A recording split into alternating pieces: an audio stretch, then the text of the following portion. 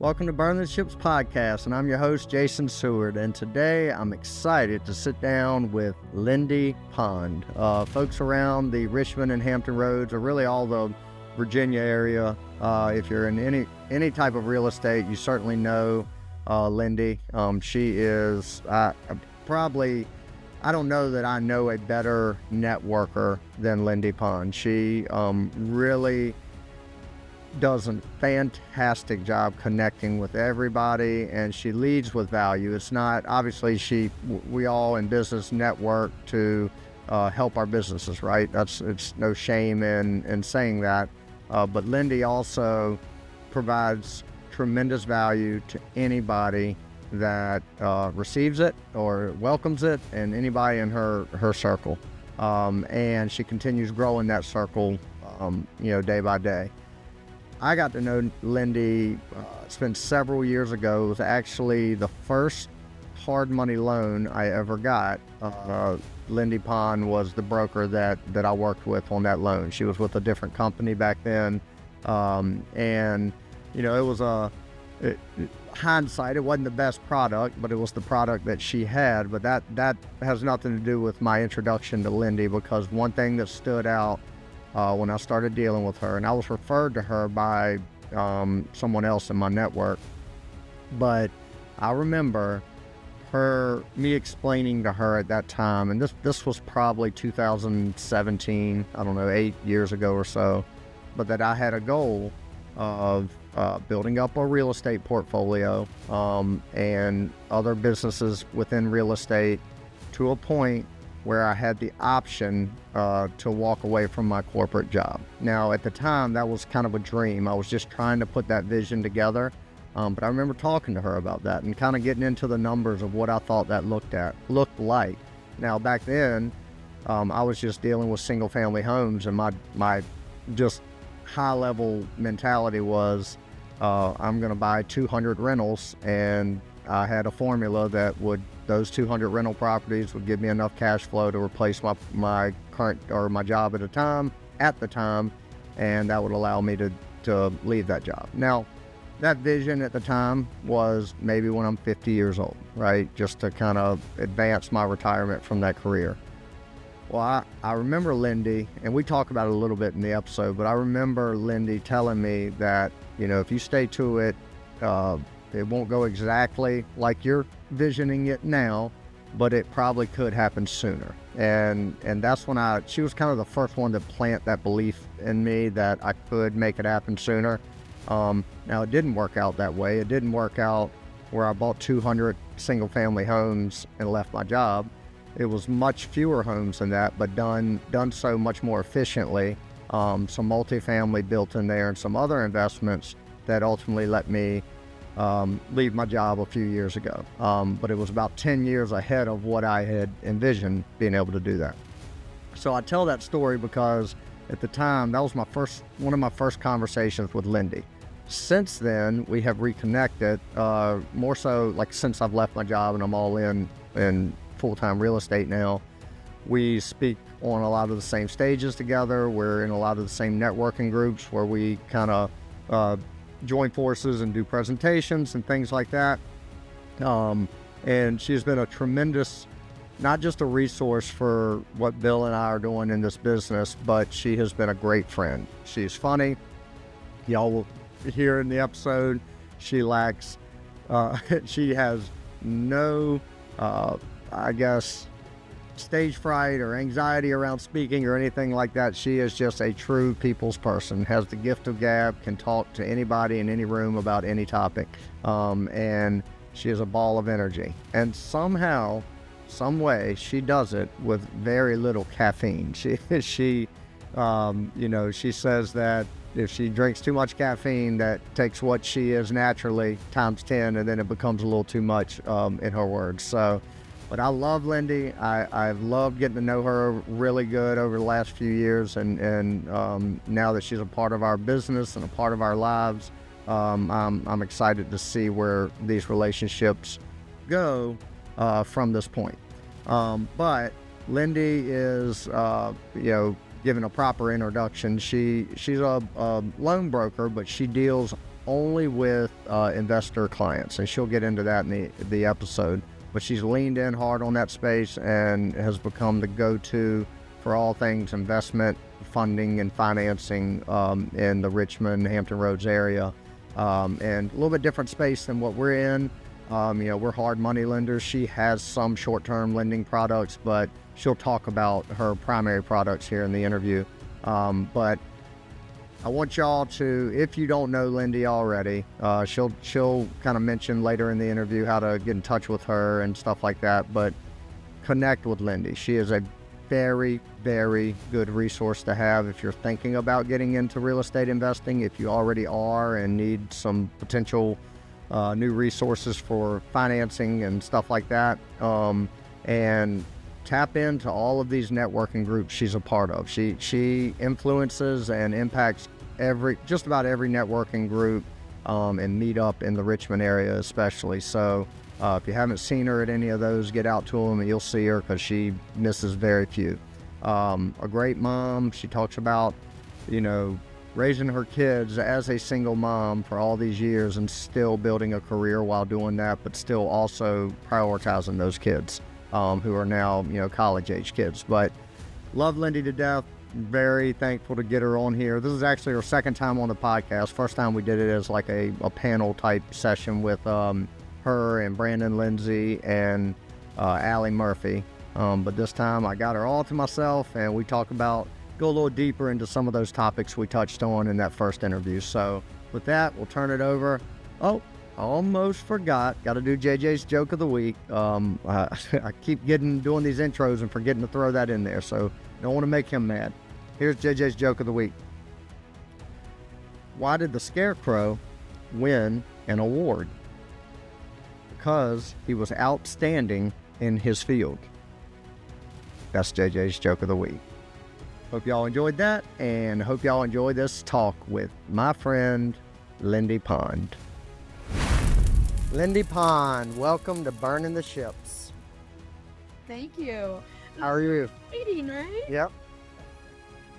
It took us long enough to get this thing figured out. We had some. I've been up with you with you and other people than I have been with just you and I. So Right. This might be our first just you and I. Yeah. No, it's long overdue. For those that have followed the podcast since the beginning, y'all might recognize Lindy from one of our earlier episodes, which I think Brandon Lindsay and I were talking about the other day. I think it was like exactly a year ago that we did the episode with you. Really? Yep, you, Brandon, and Allie. And at that point, that was an in-person interview. Most of mine are virtual, but and it was kind of a round table. So it was us 4 or 5 of us because Bill was there too. But I've been wanting, you and I've talked about it quite a bit. I've been wanting to get you on here and dive more into your story, what you're all about and stuff like that. So I'm glad we finally coordinated on it. Yeah, thank you for having me. Yep. So what I want to start off with, I just, folks that are listening just heard your intro and your bio and stuff like that at a high level. But I want to turn it over to you and just kind of get it kicked off with you introducing yourself to the listeners, what business you're in, where you live, where you do business, all that kind of stuff. And then we'll go from there. So take it away. Hey, did we start like when I was 12 and I was babysitting for $1 an hour, or should we start? Whatever you want to do. Now, if there's some things that you got from that turned you into who you are today, then by all means, let's go. So I would say, so my name is Lindy, obviously. I'm a lender. I've been a lender since, I'd say a long time ago. I was going to say mid-20s. Mid-20s. After college, my mid-20s, I started as a lender. The story goes is that I didn't know a job I was interviewing for, but I knew I needed a job, right? When everyone graduates college, you're like, oh, I have to go get a job, right? And he, hired me. We went to some sketchy diner and he hired me. And the next day I showed up and I followed him around for 2 weeks in his really dirty minivan. And he patted me on the back and said, good luck. Let me know if you have any questions. And I was like, okay, sure, let's go. So, learn by trial and error. So it's taken, I've been doing this for a long, long time. I have pivoted a few times in my career from just regular traditional mortgages to specifically renovation mortgages. I used to run a couple national renovation lending divisions for various mortgage companies. I flipped a few houses myself, renovated a few houses myself. So when I worked for a company that had a division that did only investor loans, that was definitely a connect for me. So about, I'd say 7 years ago, I started doing just investor loans. So whether it's a rehab loan, new construction, or a rental loan, I only work with investors, which I really enjoy a lot. I mean, they're kind of like my people, so I really do enjoy that. Yep. So you and I met, or I guess first connected, it has to have been 8, 10 years ago. I wish I remembered exact year because we've talked about it a couple times, but I was referred to you by one of my, at the time, coworkers, Chris Adams, who you know Yep. well, but he, I still pay him a uh, lot of month every month. Yeah. So but I remember, you know, you funded, I got a hard money loan through the whatever company you were with at the time, but you were my first hard money loan. I'd gotten some private money loans, used a lot of my own capital, but you were my first hard money loan. And I remember a conversation we had at that time. You kind of just asked, like, what's your plan? What's your vision with this? And at the time, the vision was I wanted to build a real estate portfolio. Now, that particular one was a flip, but I wanted to build a rental portfolio that eventually afforded me the opportunity to walk away from my corporate career, or at least give me the option to do so if I yeah. want it. And I remember you may not remember this, but like you got so genuinely excited that I had a vision like that, right? And you went on to fund that loan, and that was a flip, and it went great. And we stayed semi-connected over the years, but we reconnected after I did eventually leave that job. And Yep. it was, I got a lot of value or just excitement to be able to, or pride, I guess, to tell you, you remember that conversation? Well, I finally did it, so that I just, yeah, I wanted to, Well, and it's a sense of pride for me too. I mean, like even I have clients like you that I work with on a regular basis, right? And just to see you guys, and I don't grow sounds kind of. I mean, I mean it in a positive, good way, absolutely, right? But to be able to see you accomplish your goals and tick off, okay, here's my milestone, here's my next, I want to grow, I want to do this, I want to do that.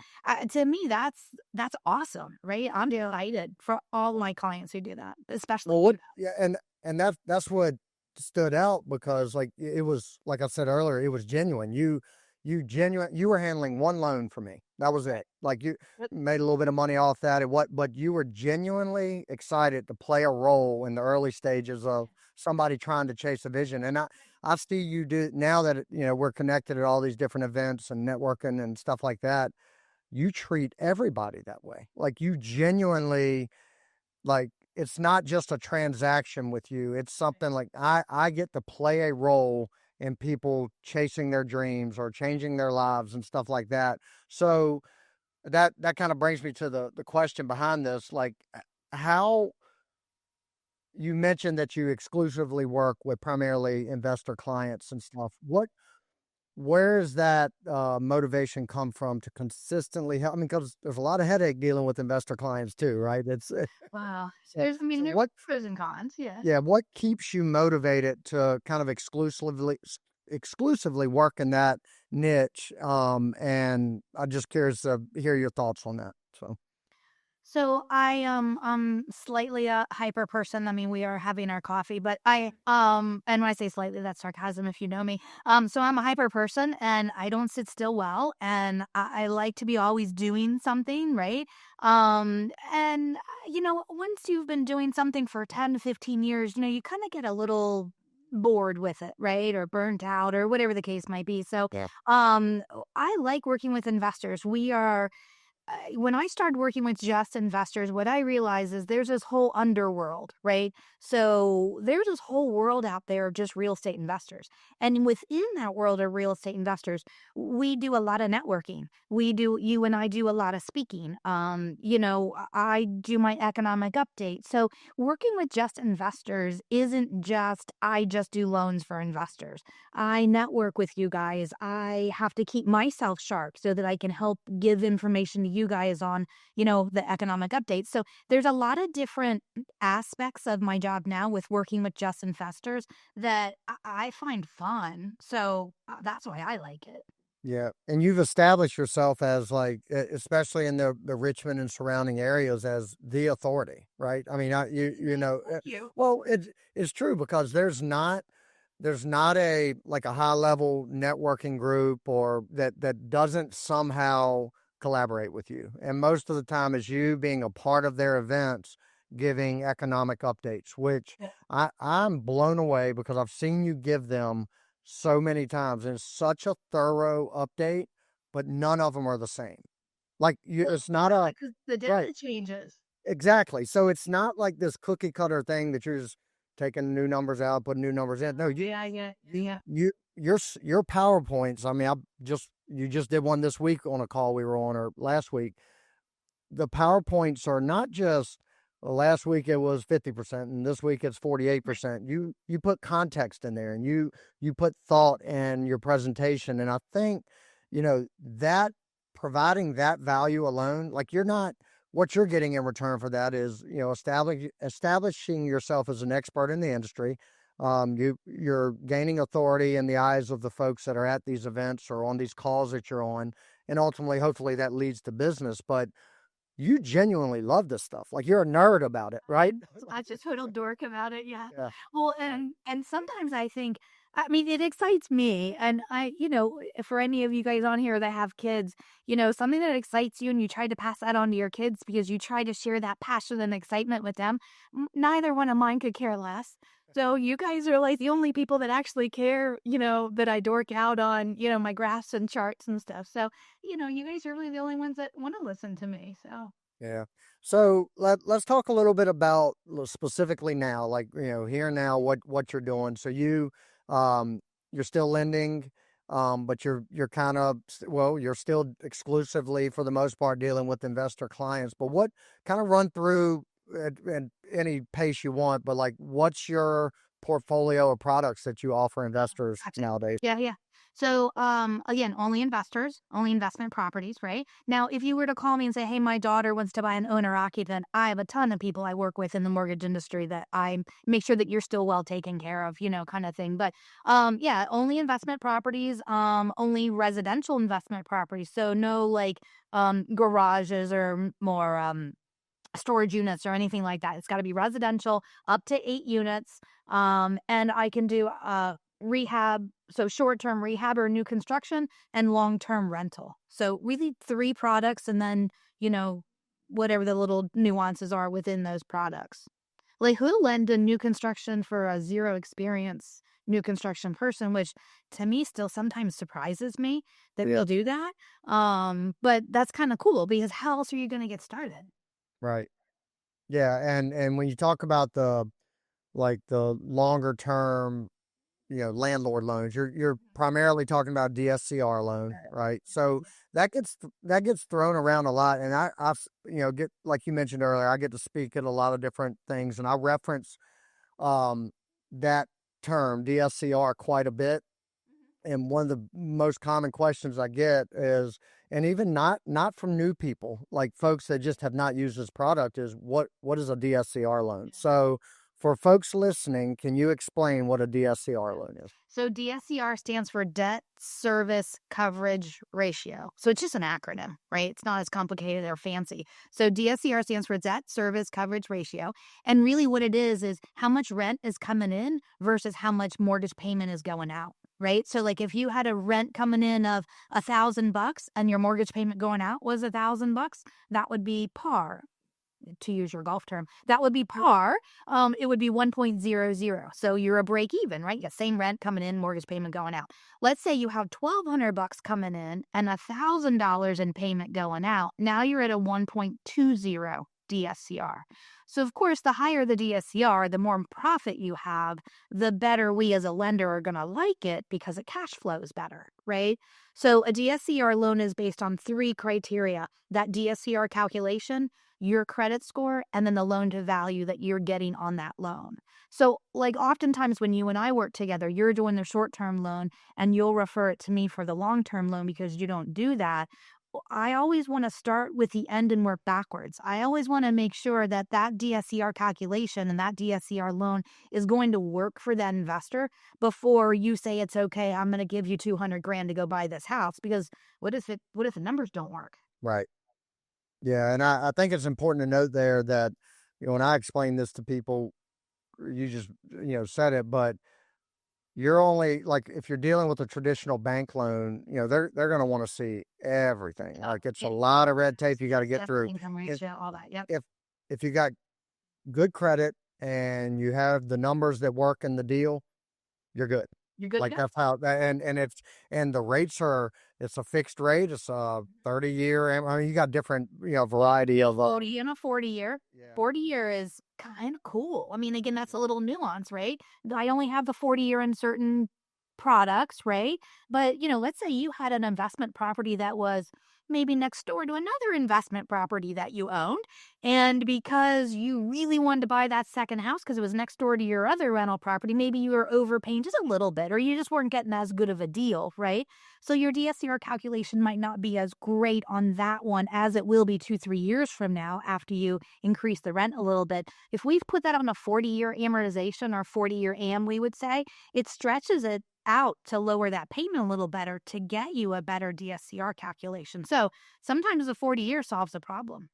yeah, and I think a key thing to note is like you're not locked in for 40 years. That's the amortization. Land You owner property for 40 years. Right. Yeah, but like you got, I mean, there might be like first 3 to 5 years, some early payoff penalties or something like that. But beyond that, like, I mean, I don't mind using us, for example. We're refinancing a few through you right now.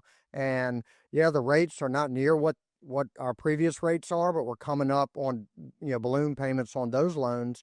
But we can look at it and say, okay, the numbers work. Yep. We're locked in for 3 or 5 years before, or we can calculate what the penalties might be if we have to sell it and pay off or refinance later. But yeah, I think it's a fantastic product, and a product that, speaking for Bill and I, we didn't start using until probably 2 years ago, right? We just use traditional bank lending, and in our opinions and experience, is a better product.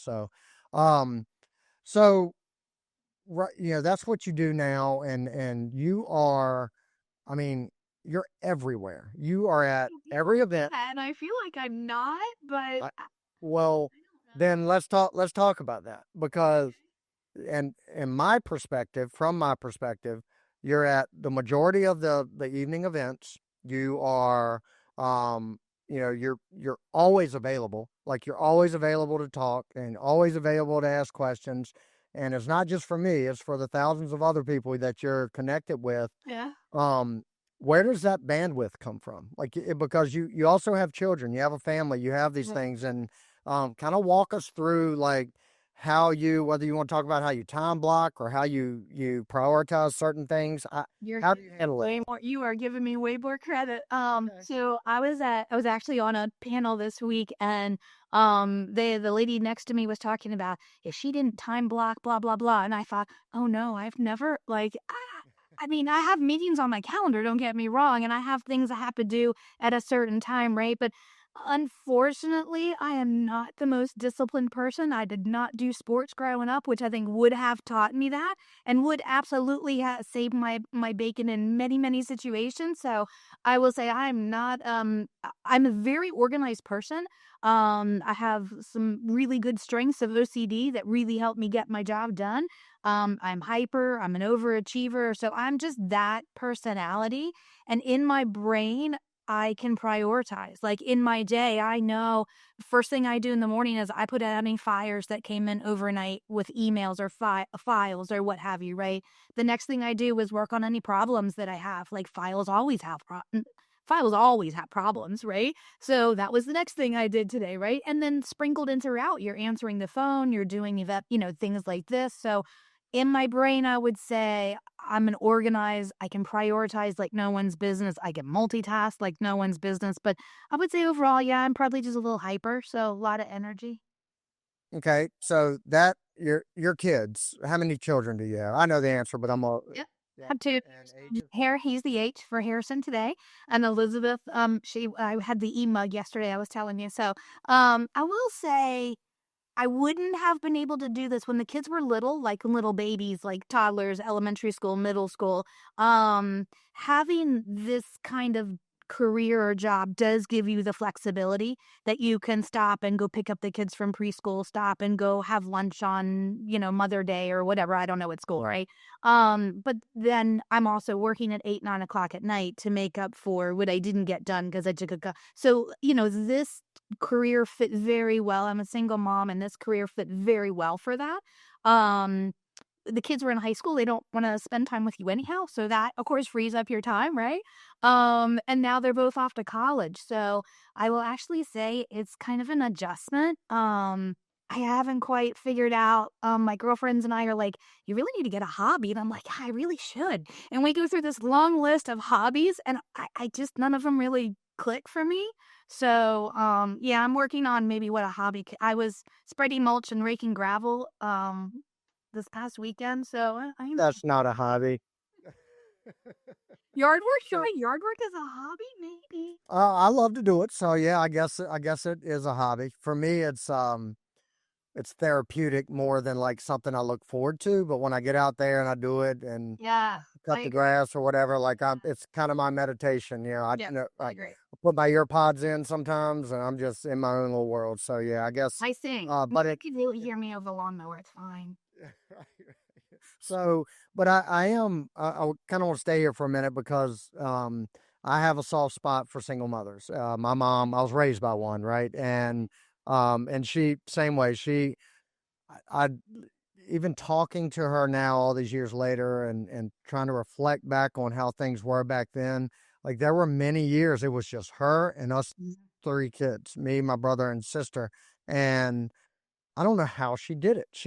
I mean, there was a couple years where she was working multiple jobs and she was still able to, she never missed a ball game. And she didn't have a job that had that Yeah, flexibility to allow her to come and go, that's even but tougher. Yeah. she was at everything. And I, man, I mean, I can go down a rabbit hole here, but there's something,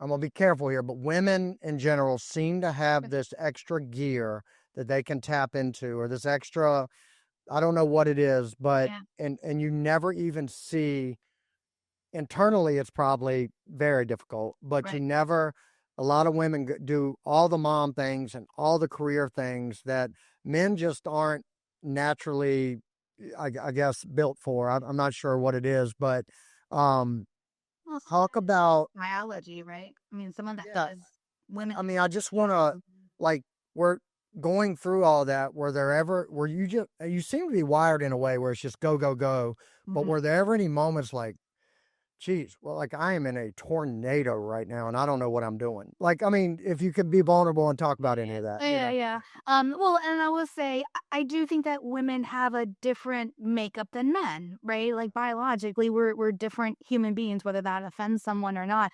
I'm not saying that anybody, whether you're male or female, can't step up and do what needs to be done, and that's what I did, right? And again, it does help to be a little hyper. It does help to be an overachiever, when you're trying to do all that. I certainly had internal struggles. There were certainly times where I was at my wit's end. I couldn't do, I couldn't do everything all by myself, so you definitely have to have friends and support systems and things like that.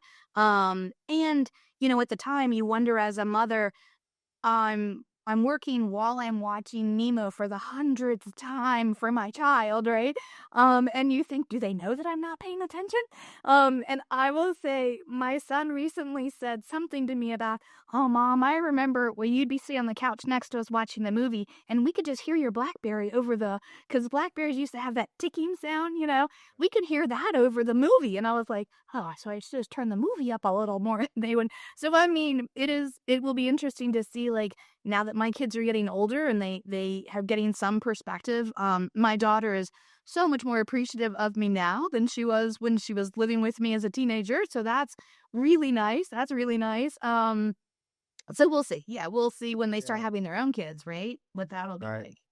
So, I mean, you've been with your career, been grinding all these years through raising children, and now, as you mentioned, they're getting older and kind of you're they're close to being on their own and doing their own thing, and not in the house as much. Adulting is what we call it. Yeah, Sure. and Yeah. so how you mentioned it earlier that you are kind of in a, I guess, somewhat of a transition period in life, Yep. because now they're not as dependent upon you being successful. And for so many years, I have to imagine all of that grind you were doing, they were the why. They were the reason you were doing it, No. but you had kids to feed and provide for.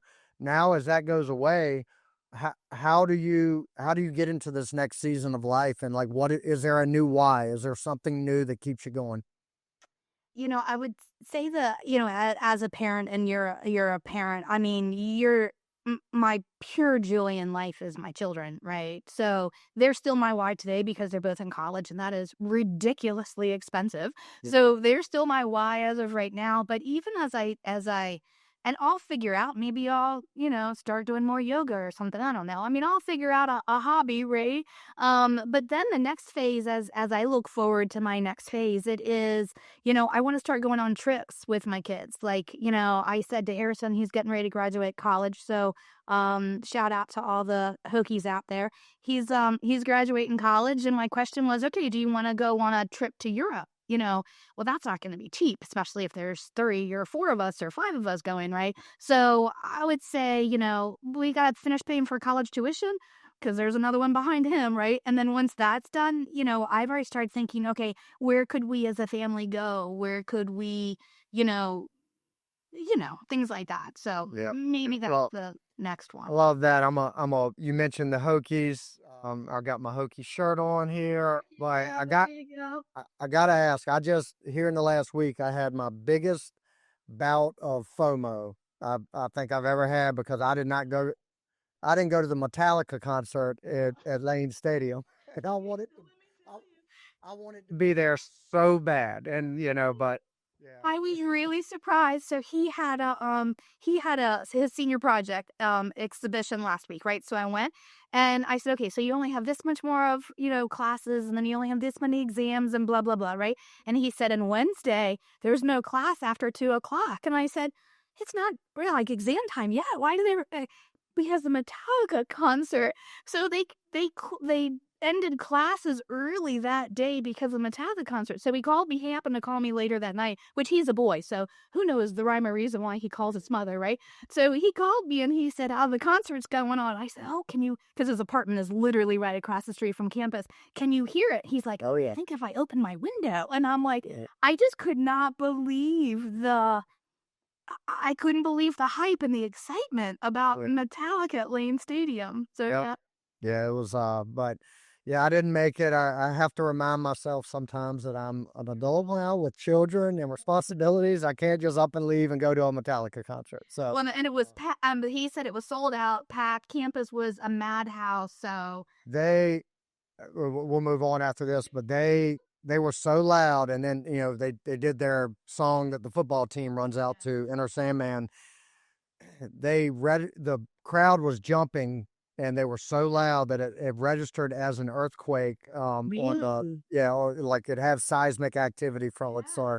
So Well, that's been in the news. or if any other Hokie, and then we can leave we'll leave the Hokie conversation. But any other Hokie out there, I mean, when you're at a football game in Lane Stadium, to feel, I mean, when people start stomping their feet, and when Enter the Sandman plays, and the excitement of the crowd, which is what you feel when you're at any, huge public sporting event like that, right? But Yep. there's something about, Lane Stadium and just the energy, but you're right, you can feel the stadium is moving, when people are stomping their feet for that. So yeah, Yep. it's exciting. Good stuff. So, Lindy, as far as I want to, we've kind of touched on it a little bit, but you're really good, and I know I tell you this all the time. You're like, everybody says that, but you're a really good networker, right? I find that was so funny. Okay, networker. All right. But I mean, you are, and you're good at not just like establishing new relationships, but you feed those relationships. You stay in touch. You're at all the events like we've talked before, is that intentional or is that something that's just natural to you? Like, do you, because, and the reason I asked that, because I had this conversation with Allie Murphy and she was explaining, like, because I said the same thing to her. She seems to be, she'll get out there, she'll speak, do all that. But she got vulnerable and said, no, it's not natural to her. It's very uncomfortable. And she has to really fight through a lot of anxiety to get herself in a position to do all that. Yeah. I don't, you don't strike me as having to deal with those same anxieties, but I talk to that and how, couple things. What motivates you to do that, whether it's natural or you just know it's part of the business, and then what benefit do you see in your business from that? Yep. Yep. I will say, and unlike Allie and love Allie more than anything, Allie's an introvert, and it takes a lot more energy from, and she will tell you this if she didn't say it. It should take more energy for her, right? It definitely can be draining to me. Once you've been like when we go to Dealmaker, for example, and you are on all day for 8-10 hours. By the end of that 8-10 hour day, I'm exhausted and I'm drained, right? As anyone probably is. I will say though, what works into my favor is it does come natural for me. As a little kid, if my mom were alive, she would have to tell you how many times she took me to, I wanted to be a famous actress. That was what I really wanted. So I think I just must have some of that. It doesn't bother me at all to stand up in front of 300 people. Now I do get a little nervous and I have to remind myself, is this excitement or is this nerve? Is how I manipulate my brain into not being nervous, right? But I think it's, because it does come natural and it does come easy for me, maybe that's also too why you see me out and about in so many places. Um, One thing we were talking about this week, in a conversation with someone else though, is when you were talking earlier about, I treat people as if like you're the only one, right? And I think to myself, isn't that how we all want to be treated? Like, I'm willing to pay more for a service if I feel like I was the only person, or I feel special, or I got the customer service. You get what you pay for, right? Is what they say. So, shouldn't everyone be? No, I'm not saying I'm remembering everyone's name. I'm horrible with names. Faces, I got. Names, no way. But I mean, I'm still happy to see everyone. I'm an overall happy person, right? So I think it just genuinely within me, I like people. I like helping people. I really like seeing people succeed. Like I couldn't be happier for you and Bill and what you guys are doing. And that makes me happy. And so anything you need, I'm willing to, so it just comes from, it's just probably my mother in me. I don't know. Yeah, yeah, no, so my grandfather passed away. It's 10 years ago now, but at his funeral, one of his friends that I didn't know very well, I knew of, but he came up to me and introduced himself. And, he's an older guy, he's my granddad's age. And we got to talk, and he said one of the things that he admired most about my grandfather is, this is to the point you just made, is his entire life. They had known each other since they were kids. No matter who he was talking to, he treated that conversation as if it was the only thing that mattered in that moment. He didn't allow distractions to come in. He always made that person he talked to feel like they were the most important person in his life, and it was genuine. He didn't have to fake it. And so nothing, and you're right, that should, like, common sense, duh. You should treat everybody like that. Yeah. But go to these events. You go to plenty of them. You see it too. But how many people are having conversations while the other person's sitting there scrolling through their phone? And that I understand that's how, people are busy. They got to keep up with whatever's going on that phone. But to your point, I want to be around and surround myself with people that, like you and I are talking, we're the only two that matter right now in this conversation. I'm not checking my phone. I'm not, thinking about what's next. And if more people could just implement that approach and mindset, and even if it's not natural to you, realize how important it is to the other person. Right. Implement it, and everything around you will be better. I mean, you do a fantastic job of that. I mean, and I try to as well. So. I'm not saying I'm perfect at it by any stretch of the imagination. There's one particular, like, I'll go to these events and I'll have a conversation with someone and I won't remember them. And then I feel really bad because I didn't remember them. They remembered me and I didn't remember them. So then I feel bad. There's this one lady and I know her face and I remember her every time. But for the life of me, I just cannot remember her name ever. Right. So, and it's not, it's like, it's like Jessica. So it's not like it's an unusual name either. Right. And the last time I saw her, she goes, Lindy, you never remember my name. You always remember me, but you never remember my name, which made me feel really bad. And then throughout the open house, I must have seen her 3 times. And each time she saw me, she said, Jessica, Jessica. And I was like, oh, I'll get it now. So, I mean, I Well, that's kind of like me and Bill. You were flip flopping our names for the long. Yeah, I yeah, personally know the two, like, not really, yeah, like, I know the two of you, right? It's not like I've only seen you on Zoom, and I still get, it's like, there was this, I told you this story thing, there was these twins in in my neighborhood growing up, right?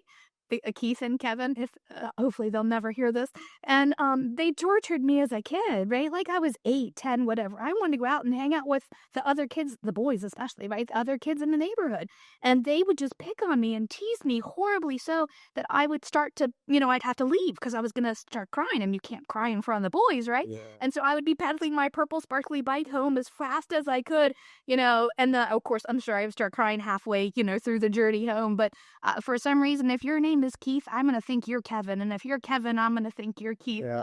It's my brain. It just, yeah. Well, it's funny you talk about my daughter's 13, and now she's hit the teenage years, and Yep. at school all the boys are, yeah, and she talks to us all the time about like so and so is just so mean and so mean, and I have to explain to her from a boy's perspective, like, Emma, I was that way. It is the only way at that age. They don't know how to express that they think you're the prettiest thing in the world.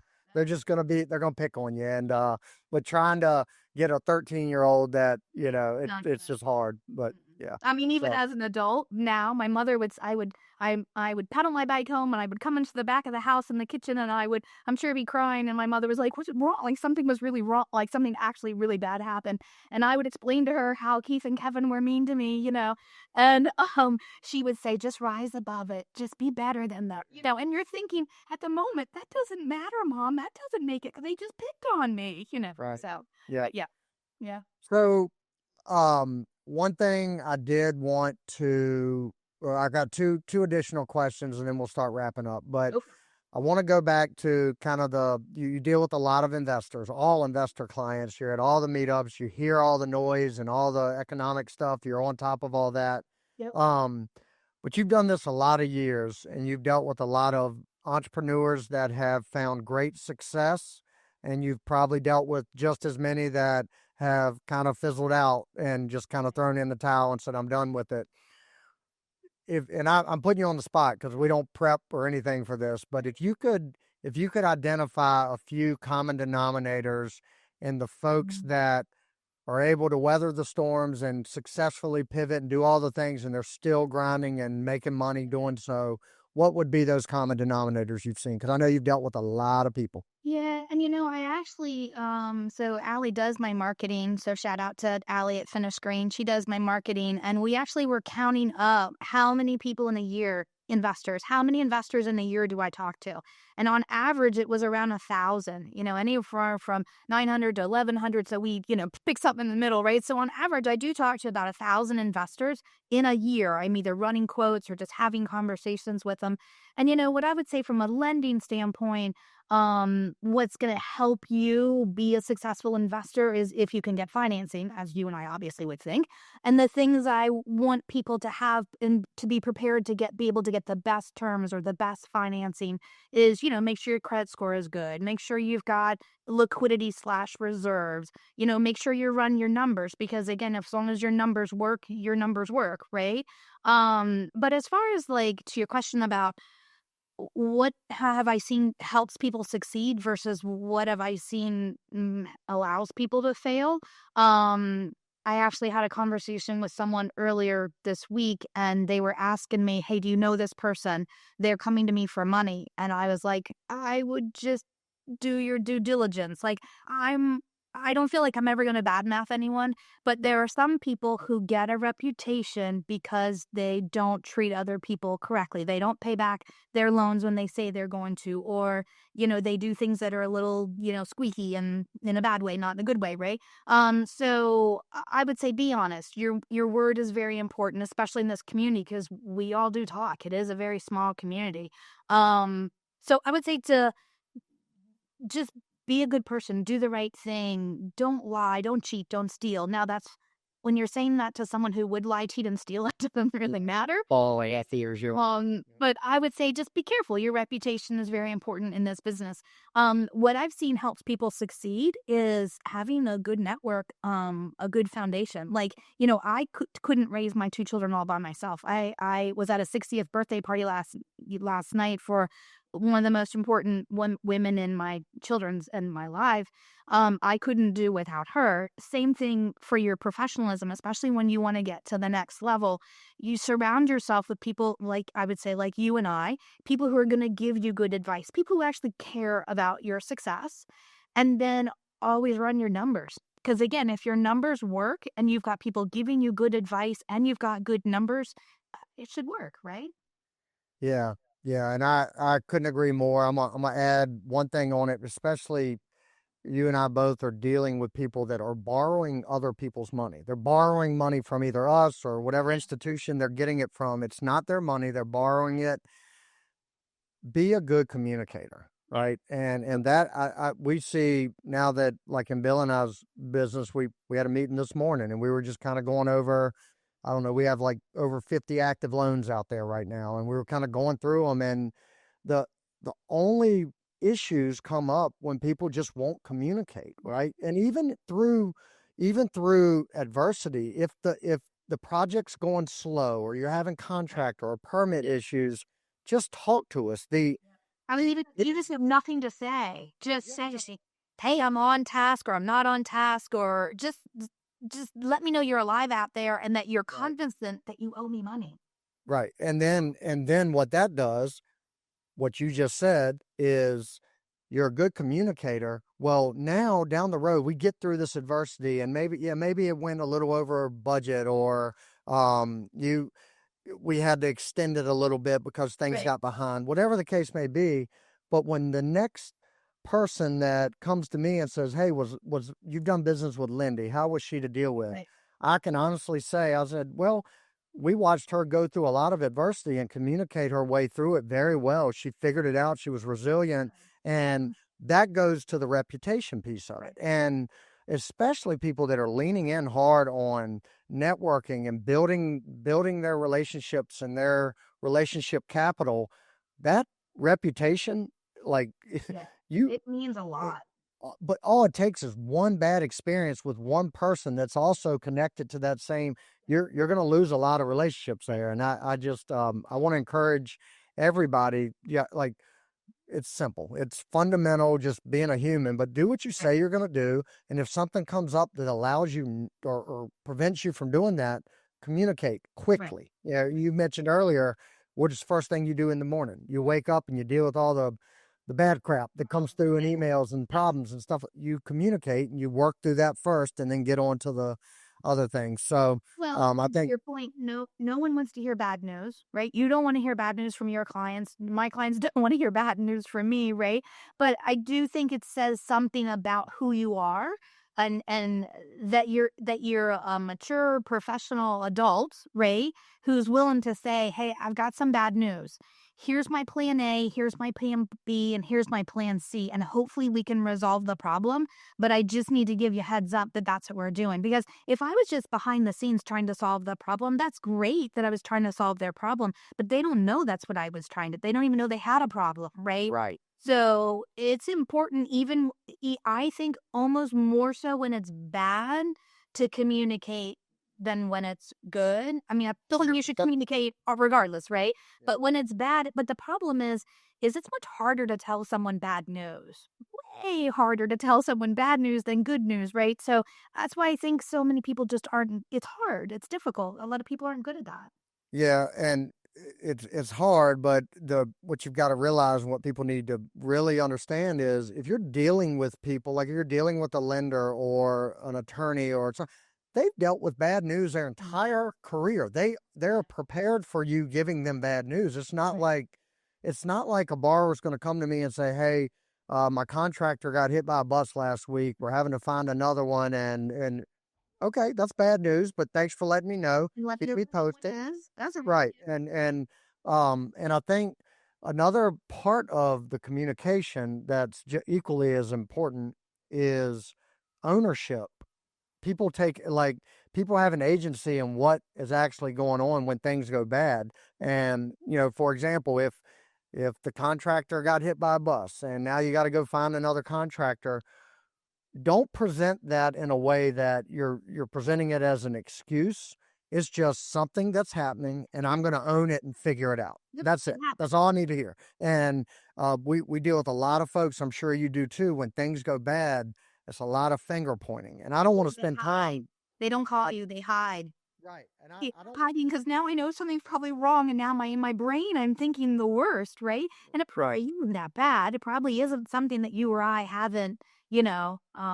So yeah, Yeah, but I mean, it is I tell folks, like, give me the elevator pitch on what happened, right? And then beyond that, I don't care how it happened because that's not going to change. right. Now I want the long speech on what you're going to do to fix it That and how you're going to own it. So, yep. So we'll kind of wrap up with this, Lindy.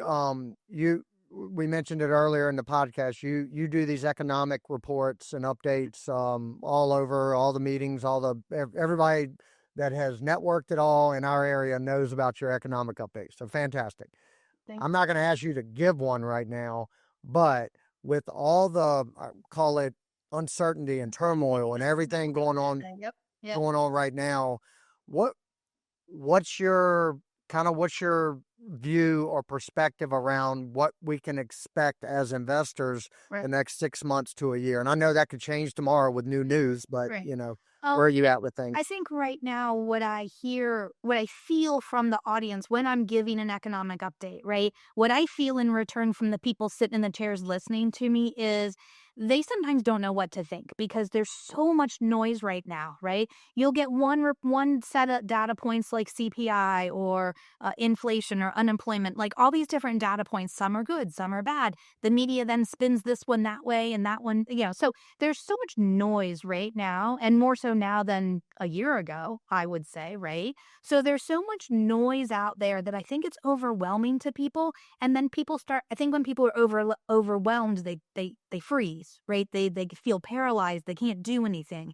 And what I would say is there's so much that we can't control. We can't control what the unemployment's going to be. We can't control what this is going to be. But one of the reasons that I like to do my economic update is I like to make sure that you guys, knowledge is power. And the more knowledge you have, the more power you have, the better you can make your decisions on what you're going to choose to do. Am I going to buy this house, flip it, rent it? Maybe it helps impact that. I think we're going to be in this volatile time. And when I say volatile, I'll have days where they say, I'll get an alert that says alert to lock, right? So something's going on in the market and you need to lock in your rate. Well, lately I get that a couple times a week where it used to be you hardly got it, you got it a couple times a month or something like that. So it's definitely a lot more activity, a lot more going on. But at the same time, rates really haven't moved. I mean, they might be up and down, they might be more volatile, but from, week to week, we're kind of still around 7% for an owner occupant in conventional loan. So I think that we should see an improvement in rates later in the year. That's what everyone is saying. The Fed, I think, is going to hold off until second half of the year if they make any, reductions, which they should make 1 to 2, I'm guessing, throughout the second half of the year.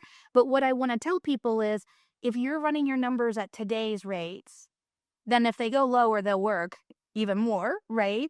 But when rates go down, if and when rates go down second half of the year, I really don't think they're going to move a whole lot. Now, I don't have a crystal ball. I could be absolutely off but we are not going to see 3 and 4% unless something catastrophic happens, which you don't want that to happen.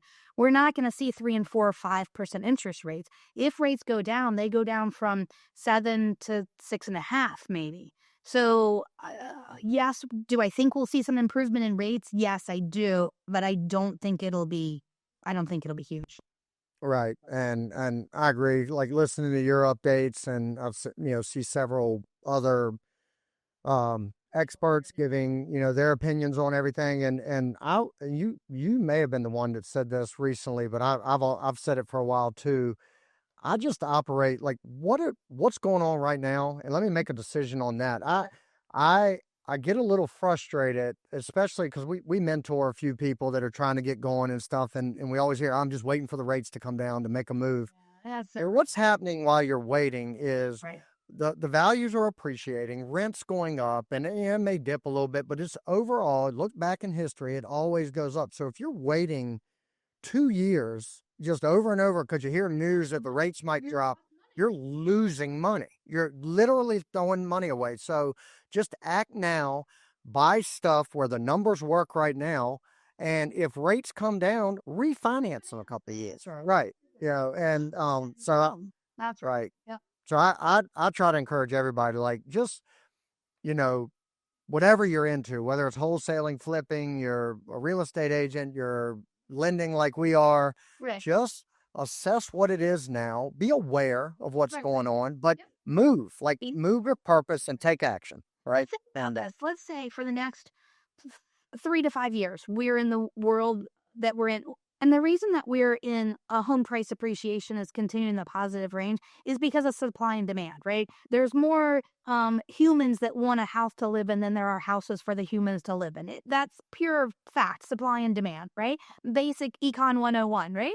And so if it takes us years to kind of work ourselves out of this inventory issue, the houses are going to keep appreciating. Now, maybe they're not appreciating like they were, during COVID, right? So they're not appreciating at those rates, but they're still positive. They're still appreciating anywhere from 3 to 5%, depending on what market you're in, right? Or at least in the positives, even if you're in a not a great a market, like some parts of Florida, some parts of Vegas. Like there are certain markets that are the canary in the coal mine that always kind of happen to them first, right? And we're just starting to see that. But if average overall, you're gaining appreciation every year of 3 to 5% over the next 5 years, 3 times 5, that's 15%.